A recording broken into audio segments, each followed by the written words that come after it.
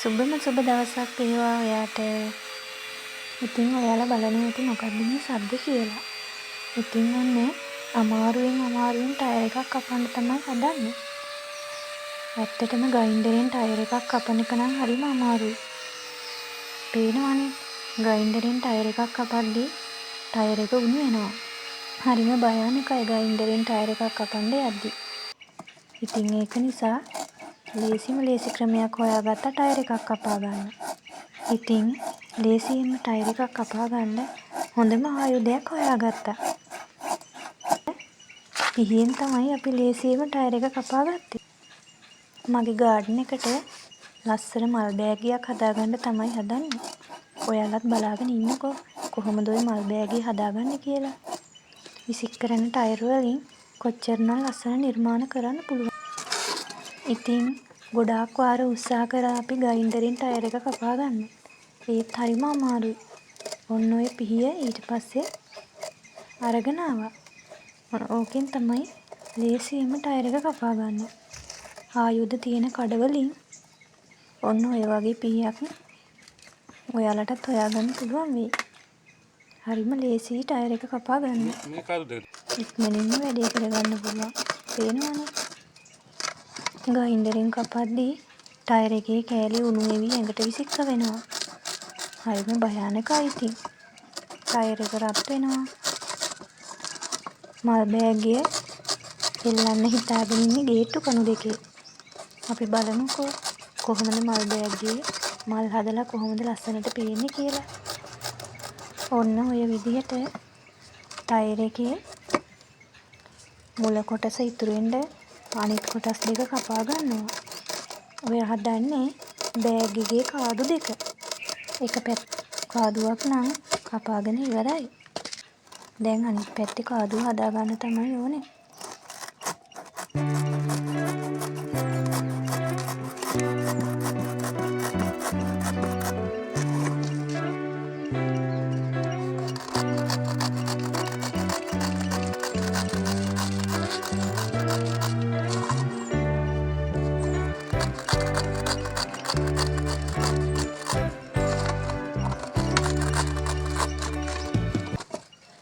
ඔන්න ඉතින් ඔය විදිහට ටයර් එක කපාගෙන ඉවරයි.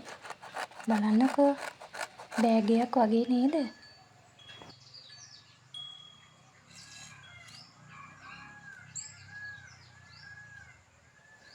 දැන් ඉතින් ඔය දෙකටම පාට ගා ගන්න තමයි හදන්නේ. ඕකත් බලලා ඉන්නකෝ. ඔය තියෙන්නේ ටයර් එක කපපු පිහිය. ඔන්න ඔය හැඩේ පිහියකින් තමයි කපන්න ලේසිම. ඉතින් මාව සබ්ස්ක්‍රයිබ් කරලා නැති යාළුවෝ මගේ වීඩියෝස් බලනවා නම් අනිවාර්යෙන්ම මාව සබ්ස්ක්‍රයිබ් කරන්න කියලා ඉල්ලා සිටිනවා.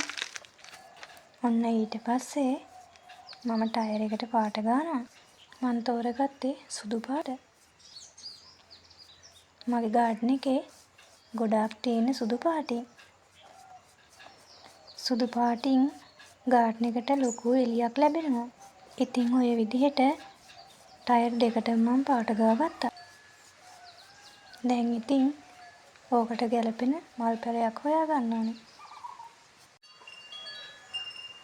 ඔන්න ඔය මල් පැලේ තමයි මම තෝරගත්තේ. ඕක මල් වැලක් ලස්සනට හැදෙනවනේ.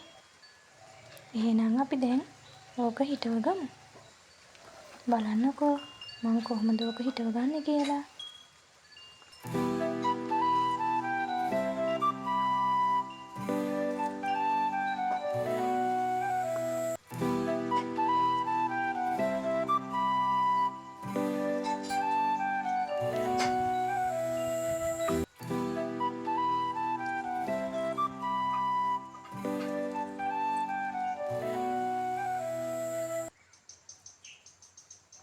ඔන්න දැන් අනිත් ටයර් එකට අනිත් මල් පැලේ හදාගන්නයි හදන්නේ. හරි එහෙනම් දැන් ගේට්ටු කණු දෙකේ එල්ලපුවාම ලස්සන කොහොමද කියලා. කොහොමද මල් බෑග් එකේ ලස්සන? ඉතින් මල් බෑග් එක ලස්සනයි නම් කමෙන්ට් එකක් දාන්න. ඔයත් ඔය විදිහට ලස්සන මල් බෑග් එකක් හදලා ඔන්න ඔය විදිහට ලස්සනට එල්ල ගන්න. එහෙනම් බලන්නකෝ කණු දෙකේම එල්ලපු මල් බෑග් දෙක ලස්සනයි කියලා. ගොඩාක් අවුවසර වෙලාවක තමයි මම මේ වීඩියෝ කරන්නේ. පේනවනේ අවුව.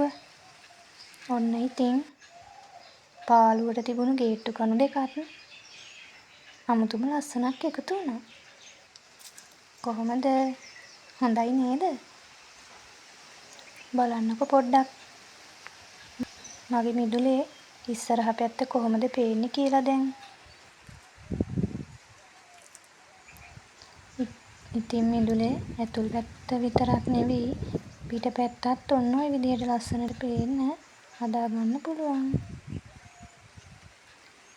ටයර් වලින් ලස්සන නිර්මාණ කරලා අපේ මිදුල තව තවත් ලස්සන කරගන්න පුළුවන්.